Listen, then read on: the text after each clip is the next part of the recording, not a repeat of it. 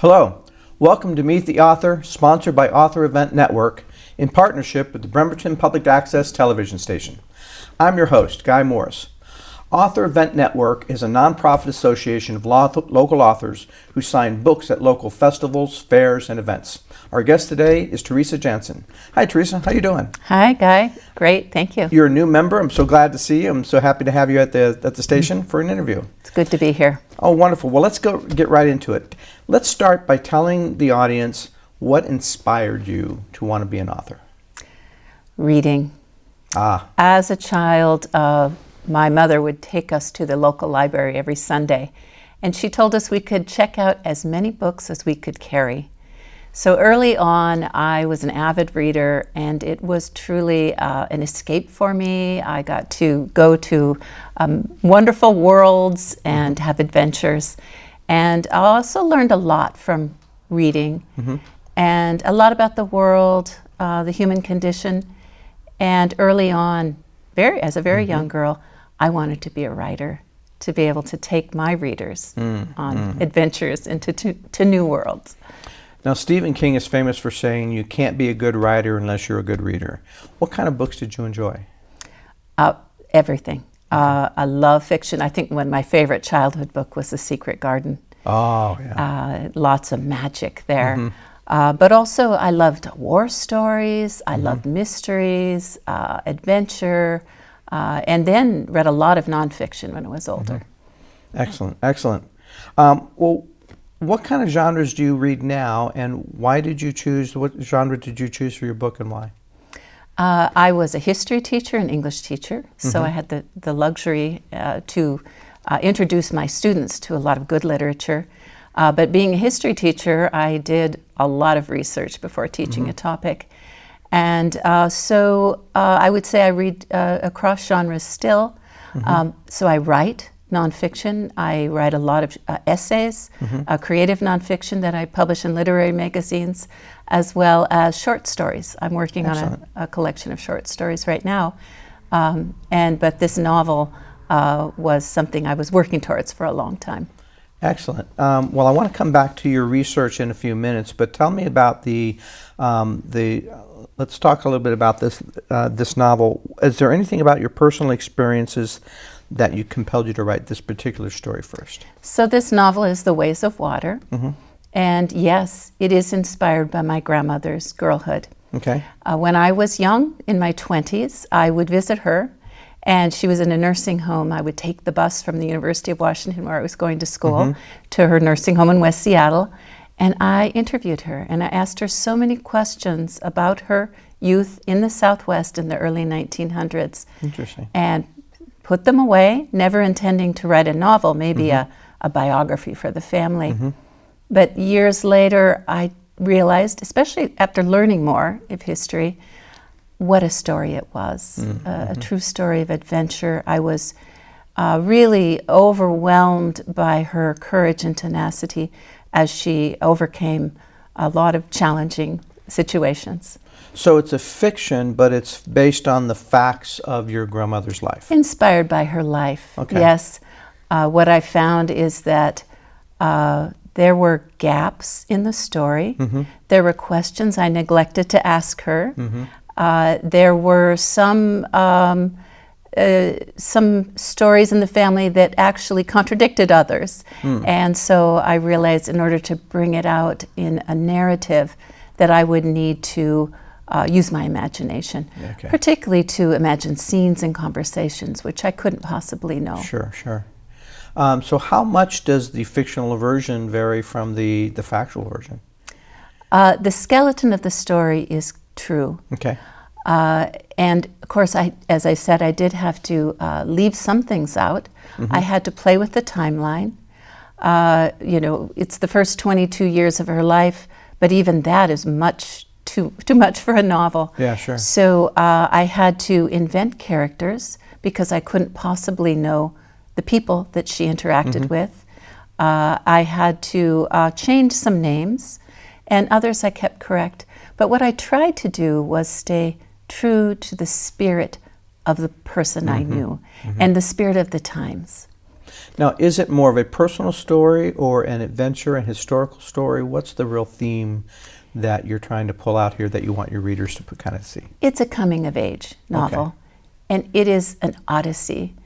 You will see in reading it that from the age of 15, she was on her own, traveling across the Southwest. It's a story of becoming an adult, of getting over the hard knocks in life, and finding her way. Now, is the story all set in the Southwest, or did she travel to the Southwest from someplace else? What other geographies did you include in the story? She came from a Southern family, but she was raised in New Mexico and Arizona. Okay. And eventually she makes her way to California, to San Francisco after World War I, and to the Roaring Twenties in San Francisco. Excellent, excellent. Well, I've spent a lot of time in the Southwest myself, Arizona, Southern California. Didn't make it to New Mexico, but Nevada. And so I think going from the desert to the ocean makes a lot of sense to me. Yes. If you're going to migrate towards water. Yeah. That's for sure. So the main character in the story is your grandmother. What are some of the other main characters that you use in the story to really be either her foil or her mentors, or tell us more about some of the other characters that you either created or you took from real life? Throughout the story, her family is very important, her siblings, and you will see that comes to be a theme in the story of family reunification. But in addition, there are people who she comes across in her life in the desert. For example, in the early years, she gets to know some of the local cowboys, the neighbors, and no one can make it through without some helpers, some guardian angels that come in. One of these was a woman who came into her life when she was really at a low and really helped her out. And another was a neighbor who she then meets later on in the story, who had a deep influence on her life. Okay. Now, it sounds like it's a coming of age, but combined with some historical realities as well. Tell me more about the historical context that you were really trying to kind of highlight. Well, it was a joy doing the research. My inspiration for making it into a novel was when I went to the Jornada del Muerto, which is a part of southern New Mexico, to look at the graves of my great-grandparents. And while I was standing there with the wind blowing past and this desolate desert around me, I realized there was a much larger story to be told. It was the story of the boom and bust Southwest in those early years, mining boom and bust, train boom and bust, and of the people, all who came west with a dream, but most in that area who failed. It wasn't possible to ranch or even farm on such small arid acres. And so at that point, the history of the time and the people really pulled me in. So it's her story, but moving through some incredible historical events such as World War I, the influenza epidemic, and all the boom and bust and changes with both, a lot of it with technology. The trains came in, the dams were being built on the Rio Grande for the first time, and the radio was coming in at the end, and automobile. And part of what I wanted to show was the cultural shifts that occur with technology and how it changes us as individuals and a culture. So tell me more about how you go about the process of research. For this novel, I traveled to every location. And as I said, it's an odyssey. So she went from place to place, trying to find roots, trying to find her place in the world. And that was a joy. Over a period of years, I went to all the locations, including to Mexico. She was in Mexico during the beginning of the Mexican Revolution when Pancho Villa was making his raids. Oh, was she pro-Pancho or anti-Pancho? Or her father was a steam locomotive engineer, and that was one reason the family was itinerant in the early years. They kept going from place to place. And as we know, those steam locomotives needed to tank up every 8 to 10 miles. So there were all these desolate little tank towns, I used to call them whistle stops, around. And they went to Mexico because he was running the train there. Oh, interesting. Very interesting. So tell me about the challenges you faced in writing this fiction and blending the fiction with the real lives. Some people have said writing fiction about real characters is one of the most challenging things you can do. As an author, you're looking for your narrative arc. And it might naturally be one way. You might think that would be the most successful way to tell the story. But then we have this little voice in us and saying, that's not the way it really happened. Or particularly if you knew the character, you might say, okay, I know this happened, but for the story, it might be better this way. So what I had to do is I had to, again, tell myself, stay true to the character you knew, but you need to make the story plot line very engaging for your reader. And in that way, I was needing to compromise. And I feel comfortable with those compromises. Well, and every author knows that a great story, you need to have conflict. You need to have some crisis that the character is facing. Tell us a little bit about the crisis and the conflicts in your story. Well, that was the easy part. She really did have conflicts and crises in her life, one after the other. As I said, from the age of 15, she was on her own. And so, yes, making her way in a man's world in the early 1900s, particularly the Southwest, where there weren't a lot of work opportunities, was very challenging. World War I brought additional challenges and positive changes. She got a job because of it and then got fired from it as soon as the soldiers came back from World War I. She survived the influenza pandemic. And so the challenges were inherent. It was more figuring out how it changed her character. And that's why we like to read. We like to read how conflict and surmounting those challenges changes us. Interesting. Now, you mentioned that it's a coming-of-age story. Does it cover just a certain period of your grandmother's life, like from 15 to what age? Age 5 to age 22. Okay, so it's really the younger part of her life. Okay, very good. Now, tell me about the process you have in writing. A lot of writers, we were talking earlier, are creative late at night. Some are creative during the day. Some are creative once in a while, and then they have these incredible spurts of creative energy.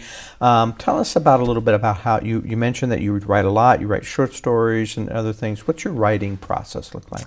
For this novel, my grandmother was obviously the inspiration, but for my other writing, I will have an experience, hear a conversation, maybe see a piece of art in a museum, hear a snippet of a story, and I will become passionate about this topic. Usually what follows that is research. Not all my writing is historical, but still I like to teach my readers something. And I often read for that reason. I like to learn about maybe places or topics I don't know that much about. So I do research, and then I really work on the plot line. After that, I will try to work out the theme. I will start writing, and then I usually have to go back to the research again. Because often you don't know what side stories you're going to bring in. So I enjoy that. I love the editing process. That's interesting. A lot of writers disdain the editing process because it forces them to be honest about their first work. Stephen King is also famous for saying first drafts always suck. And so if you're not willing to go back and rework it, it's really hard to get something great out of it. But yeah, I do a lot of research in my books as well, and I find that you need to do enough up front to know how to lay out your plots and your themes, but yet you're always going back in the middle of the book and filling in blanks and trying to provide the details that maybe you missed over, or sometimes you realize that, I don't really know enough about that to articulate it in a way that's compelling. So research is sort of an ongoing thing, and that's sort of my my passion for books is the research. And like me, you will probably find there are times you get lost in the research and you chide yourself, I've got to get back to the writing. Exactly. The point I was going to get to in just a second, which is sometimes the researches can be very addictive. Yes. It's like I'm having so much fun learning this new stuff. Then at some point in time you go, okay, now I've still got to put this into a story. And you kind of take this much research and you get down to like this much that gets into the story. That's right. It could just be a detail. It could be, but you're always looking for that detail that makes you go, ooh, or wow. That makes it real. Yeah, that brings your reader in and takes them into the scene. Yeah. Those are, I think, research for any sort of, certainly for historical fiction. But for me, any type of fiction requires a healthy amount of research, because I think there's so many books, readers can easily tell narratives that are authentic. And you can't get authenticity without those facts and that research. Well, if you were to go back to yourself as a younger writer, you said you read a lot as a child. Fortunately, your mother was a very encouraging mother in terms of reading and educating yourself. What advice would you give to your younger self as an author? Don't be afraid to be a beginning writer. Like any skill, it's quite a learning curve. And I think beginning writers in particular will look at that early writing and give up. Don't worry about writing what you think sells. Listen to your heart and write about the subjects that you care about. Or in my case, sometimes it's a subject that won't let me go. Familiar with that? Yes, yes. I had one book that took me 12 years to research the contents of the book, and because I couldn't let it go. Well, that's actually great advice. And what advice would you give? So actually, I was like, fills into the next question: is what advice you would give to other aspiring writers? So I want to switch a little bit over to your experiences with as a writer with marketing and selling. So it sounds like you've got a pretty good track record of selling into literary magazines and short stories and articles. What was it that motivated you, besides your grandmother, to actually want to move into novel writing? And is this your only novel, or are you planning some more? This is my debut novel. Okay. And I will say a novel is a completely different animal than shorter works of short stories or essays. And it was a big learning curve for me for the novel. I probably will be writing another novel. Right now I'm working on a memoir, as well as a collection of short stories. But I have some ideas brewing for another novel. Okay. Now, is it a memoir for you, or for your grandmother, myself. or for someone else? No, it's a memoir of an extraordinary year of my life. Okay, interesting. Where do you? So you think you're still going to write some more novels and some more nonfictions for a memoir? Okay, well, that's excellent. Yeah, it's a lifestyle. Yeah. It is. I think once you've realized that's part of how you can express find your peace. For me, it's as much about resolving something in my own heart as opposed to expressing it for somebody else. Going through that experience, trying to put it in paper, trying to have a beginning, a middle, and an end. Try to pull the dots together and to connect the dots.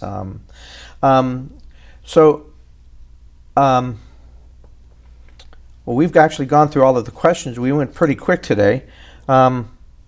Is there anything else about, I wanted to ask you about joining Author Event Network and your experience in selling and marketing so far.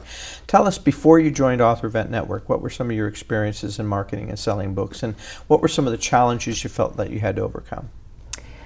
My favorite thing in marketing this novel is book talks. And I've had the opportunity to go to numerous bookstores, as well as community centers, and even meeting with book groups. And I was a teacher for a long time, so I really enjoy that one-on-one conversation with my readers, both those who are going to read the book and haven't, can't tell them too much, but they often have questions about the process.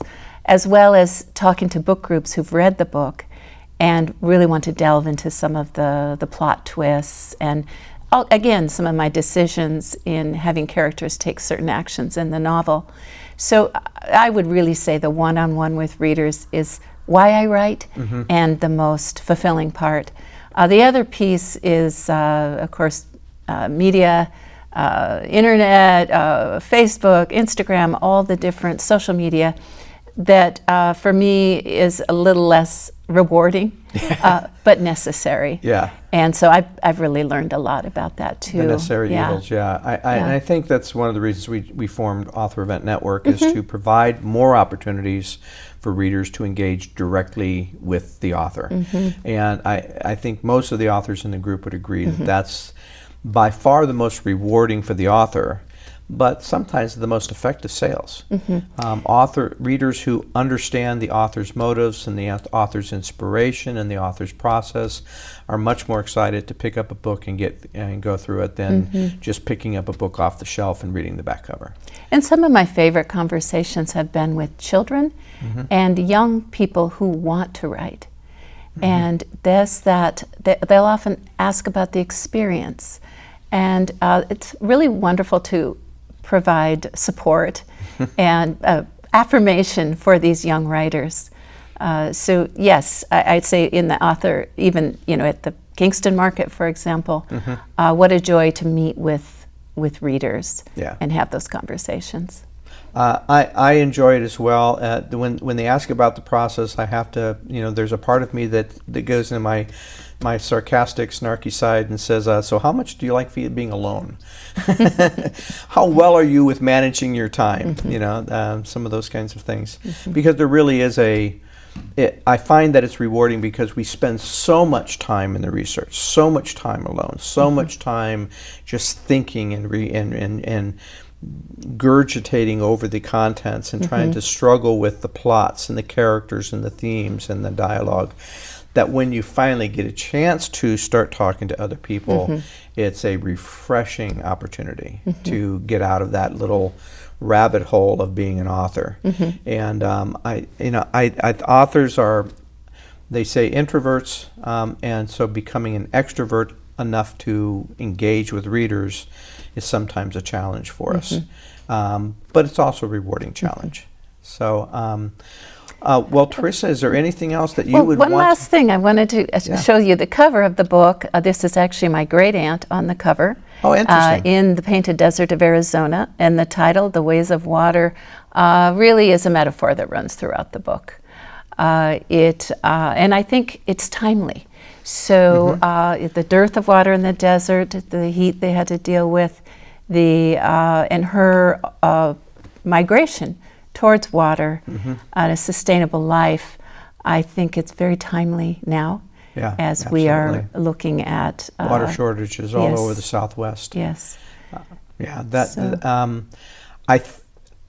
Knowing that it was set in the Southwest, I think maybe because I came from the Southwest, I immediately understood that how important water was in everything, doing dishes, cooking, drinking, finding water, cleaning water, finding dirty water, figuring out, can I drink this, or do I drink this or to save my life, or do I not drink? And all of that's very important. And we are running with the shortages all over the Southwest. One of the first scenes of the book, it was really taken from my grandmother's life. She was put down the family well to catch a creature, a little rabbit who had fallen in, and it was essential because without water they couldn't survive. And you can't have the creature dying in the water that you want to drink. Right. Yeah. Right.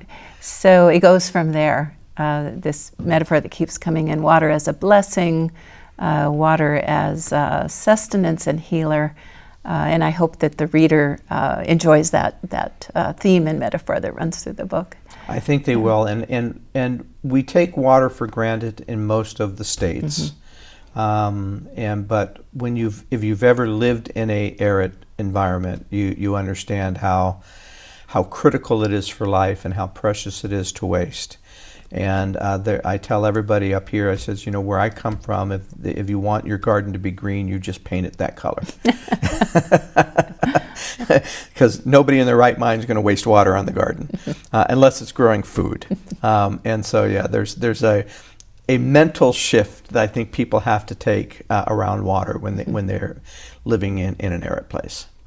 Well, Teresa, thank you so much. This has been a pleasure to talk with you. I'm so glad to have you as a member of the to be here. AEN. This is your first year, so we're just getting you warmed into all the events that we've got going. I know that you've got several coming up. And by next year, you'll be able to get in early. You'll have every opportunity to meet with readers every weekend throughout the summer, which is both a reward and exhausting. So you'll find that you'll get done with the season and you'll be thinking, okay, I really, really, really want to write now. Just leave me alone, give me some space, and I'll be back next season. Well, it's a great opportunity, and I'm really grateful for the connections we can make with community. It's a great community of authors. Amazing inspiration and creativity and variety, and I'm so grateful for the group. Thank you so much for coming. Thank you. You have a wonderful day. Thank you for watching Meet the Author. Come and meet all of the AEN authors during the summer event season in both Seattle and in Portland, and keep on reading, keep on writing. Thank you.